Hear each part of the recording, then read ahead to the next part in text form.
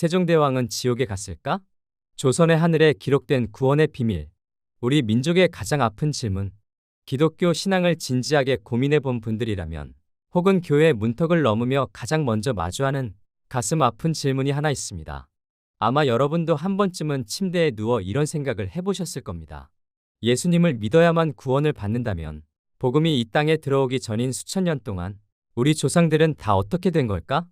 이것은 단순히 역사적인 궁금증이 아닙니다. 우리 혈육의 문제이자 정서의 문제입니다. 한글을 창제하여 백성들이 그를 몰라 억울한 일을 당하지 않게 밤낮으로 고민했던 성군 세종대왕.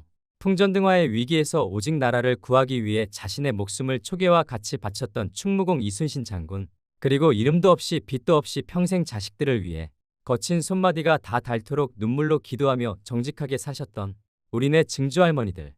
그분들은 단지 조선시대에 태어났다는 이유만으로 예수라는 이름을 들어보지 못했다는 그 어쩔 수 없는 시대적 상황 때문에 영원한 형벌을 받아야 하는 걸까요? 만약 그렇다면 우리가 믿는 하나님은 너무나 잔인하고 불공평한 분이 아닐까요?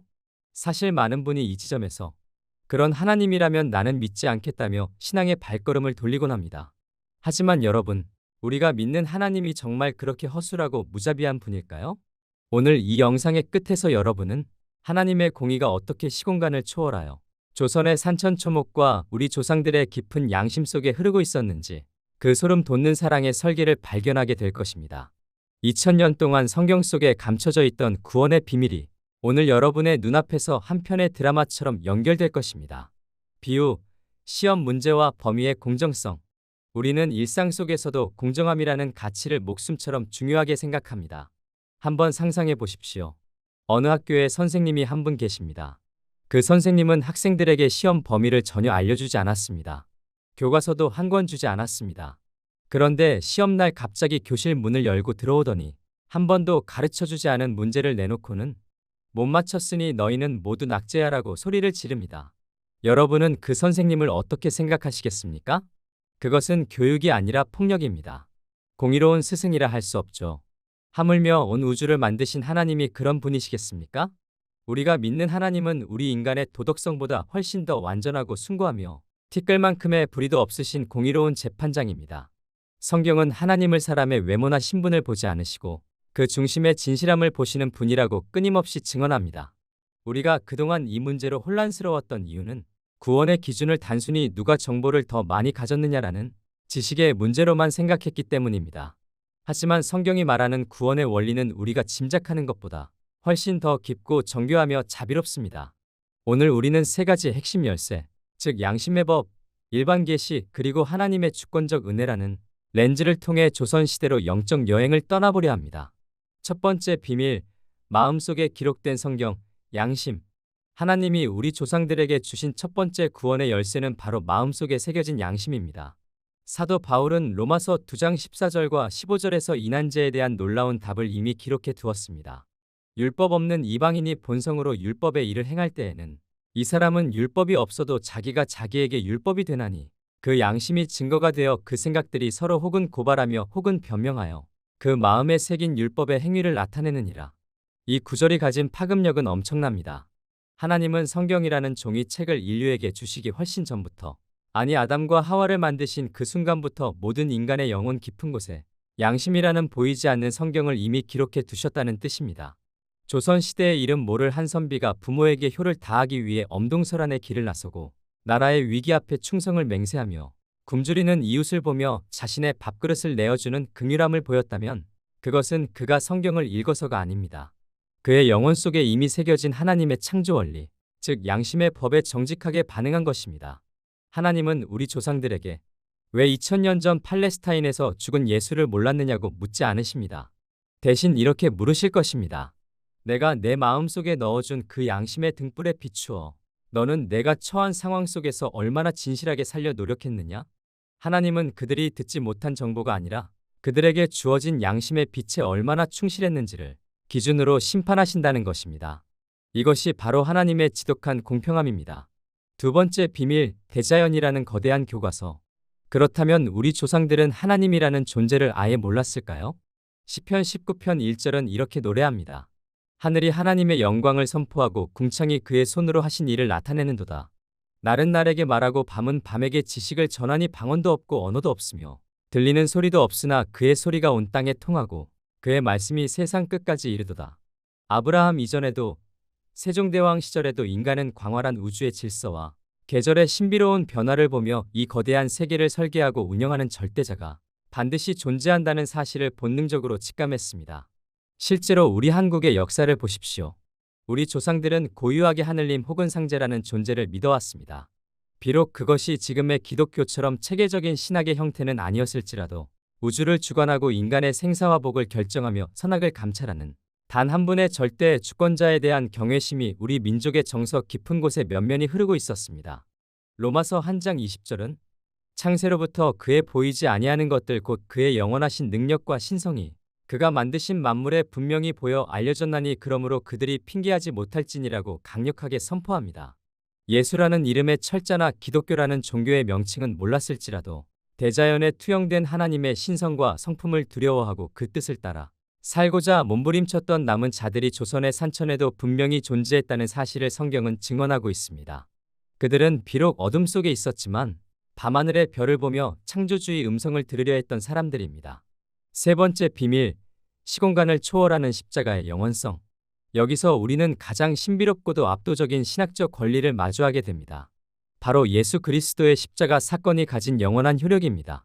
많은 사람이 십자가 사건을 2000년 전 골고다 언덕이라는 특정 장소와 시간에 묶인 단회적인 과거의 사건으로만 생각합니다. 하지만 여러분, 하나님은 시간과 공간을 직접 설계하고 만드신 분입니다. 그분께는 수천 년 전의 과거도 오늘이고 아직 오지 않은 미래도 오늘입니다. 구약시대의 이스라엘 백성들이 아직 오지 않은 메시아를 바라보는 믿음으로 구원을 받았듯이 복음을 듣지 못한 시대의 사람들 역시 그들의 시대 속에서 하나님이 허락하신 희미한 빛에 순전하게 응답했다면 그들의 죄 또한 십자가의 보혈로 덮어주실 수 있는 전능한 권한이 하나님께 있습니다. 하나님은 인간이 만든 역사라는 작은 시계 안에 갇혀 계신 분이 아닙니다. 예수님은 유대인들에게 아브라함이 나기 전부터 내가 있었느니라고 말씀하셨습니다. 조선의 땅에서 하늘을 우러러 한 점 부끄러움 없기를 소망하며 자신의 죄를 아파했던 그 간절한 영혼들의 눈물은 십자가의 그 영원한 효력 안에서 결코 외면당하지 않았을 것입니다. 하나님은 시대라는 장벽에 막혀 자신의 자녀를 잃어버리는 무능한 분이 아니기 때문입니다. 역사적 고찰, 진리를 향한 조선 지성인들의 갈망?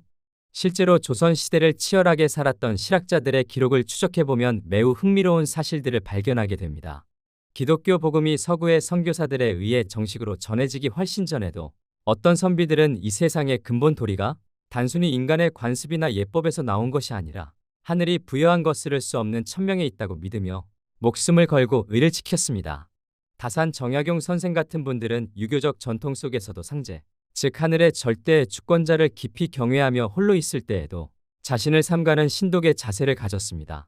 그들은 비록 신약 성경을 읽지는 못했지만 하나님이 일반 계시를 통해 비추어 주신 진리의 파편들을 붙잡고 씨름했던 것입니다.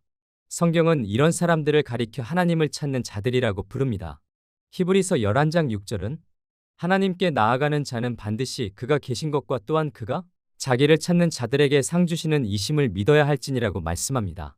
복음의 구체적인 내용은 몰랐으나 창조주의 뜻을 간절히 찾으며 어둠 속에서도 빛을 향해 고개를 들었던 그 영혼들을 하나님은 결코 외면하지 않으셨을 것입니다. 하나님은 숫자를 세시는 분이 아니라 그 숫자가 향하는 마음의 중심을 보시는 분이기 때문입니다. 그렇다면 우리는 왜 지금 믿어야 하는가? 여기서 우리는 오늘 영상의 가장 중요하고도 날카로운 질문에 도달하게 됩니다. 만약 복음을 듣지 않아도 양심과 자연만으로 구원받을 가능성이 있다면 왜 굳이 힘들게 선교를 하고 복음을 믿어야 하는 걸까요? 그냥 모르는 상태로 착하게 사는 게 더 유리한 것 아닌가요?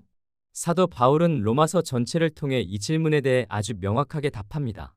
양심과 자연이라는 빛은 분명 소중하지만 그것은 칠흑 같은 어두운 밤길을 겨우 밝히는 희미한 촛불과 같기 때문입니다.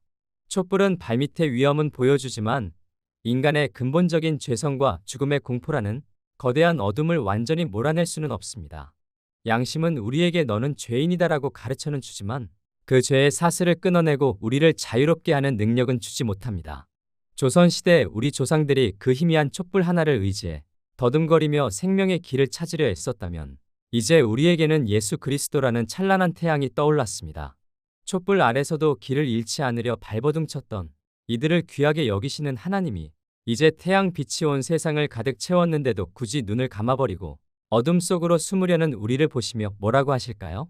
몰라서 못 믿은 것과 알려주었는데도 거절하는 것은 전혀 다른 문제입니다. 촛불의 시대에는 촛불이 심판의 기준이었지만 태양의 시대에는 태양이 기준이 됩니다. 이제 우리에게는 핑계할 수 없는 명확하고 완벽한 생명의 길이 제시되었습니다. 이것은 선택의 문제가 아니라 생존의 문제입니다. 예수 그리스도 모든 인류의 기다림이 끝나는 지점. 결국 조선시대 조상들의 구원 문제는 하나님의 전능한 주권과 공의로운 처분에 온전히 맡겨야 할 거룩한 영역입니다. 우리가 그분들을 대신해서 지옥에 갔네, 천국에 갔네 결론을 내릴 필요가 없습니다. 성경은 우리에게 남의 심판을 걱정하며 시간을 보내기보다 지금 내게 들려진 이 생명의 소리에 내가 어떻게 반응할지를 훨씬 더 엄중하게 묻습니다. 요한복음 3장 18절은 이렇게 선포합니다. 그를 믿는 자는 심판을 받지 아니하는 것이요 믿지 아니하는 자는 하나님의 독생자의 이름을 믿지 아니함으로 벌써 심판을 받은 것이니라. 조상들의 구원 문제를 핑계 삼아 하나님을 불공평한 분으로 몰아붙이고 믿음을 거부하는 것은 사실 내 마음 깊은 곳에 있는 교만과 자기 합리화를 감추기 위한 혼의 핑계일지도 모릅니다. 하나님은 인류 역사를 통틀어 각 시대에 가장 적절한 방법으로 자신을 나타내셨습니다. 우리 조상들이 하늘을 보며 그토록 간절히 찾았던 그 하늘의 주인이 이제 예수 그리스도라는 구체적인 이름과 십자가라는 확실한 증거로 우리 앞에 서 계신 것입니다. 이제 당신의 대답은 무엇입니까? 오늘 우리는 조선의 조상들부터 현대의 우리까지 관통하는 하나님의 거대하고도 세밀한 구원 설계를 함께 살펴보았습니다. 하나님은 단 한 번도 인류를 향해 불공평한 적이 없으셨습니다. 복음이 물리적으로 닿지 않았던 시절에는 영혼의 깊은 양심과 대자연의 등불로, 그리고 복음이 충만하게 선포된 지금 이 시대에는 십자가의 은혜라는 완전한 법으로 우리를 부르고 계십니다. 여러분은 오늘 어떤 빛 아래 서 계십니까? 조상들이 그토록 이름도 모른 채 경외했던 그 창조주가 바로 당신을 위해 십자가에서 피 흘려 죽으신 예수님이라는 사실을 알게 된 여러분에게는 이제 거부할 수 없는 복된 책임이 주어졌습니다. 조상들의 구원을 걱정하던 그 따뜻하고 효심 깊은 마음을 이제는 자신의 영혼을 돌보고 영원한 생명을 선택하는 결단으로 옮기시길 바랍니다. 하나님은 지금도 여러분의 마음 문을 두드리며 말씀하십니다. 내가 너를 이토록 사랑한다. 이제 그만 내 품으로 돌아오라. 이 영상이 여러분의 마음속에 오랫동안 응어리져 있던 하나님에 대한 오해와 불신을 풀어주었기를 간절히 바랍니다. 하나님은 지독하게 공평하시며 동시에 지독하게 여러분을 사랑하시는 분입니다. 오늘 이 긴 이야기가 여러분의 마음에 작은 울림이 되었다면, 혹은 그동안 가졌던 질문에 답이 되었다면 댓글에 아멘이라고 짧게나마 고백해주세요. 혹은 아직도 풀리지 않은 여러분만의 신앙적 고민이나 의문이 있다면 남겨주십시오. 함께 고민하고 답을 찾아가는 과정이 누군가에게는 새로운 구원의 통로가 될 것입니다. 이 진리가 꼭 필요한 가족이나 친구들에게 이 영상을 공유해 주시고 구독과 좋아요로 이 복음의 여정에 함께 걸어주세요. 여러분의 작은 참여와 관심이 어둠 속에 있는 또 다른 영혼을 주님께로 인도하는 소중한 빛이 됩니다. 오늘도 하나님의 공의와 사랑이 여러분의 가정과 삶 속에 가득하기를 예수님의 이름으로 간절히 축복합니다. 시청해 주셔서 감사합니다.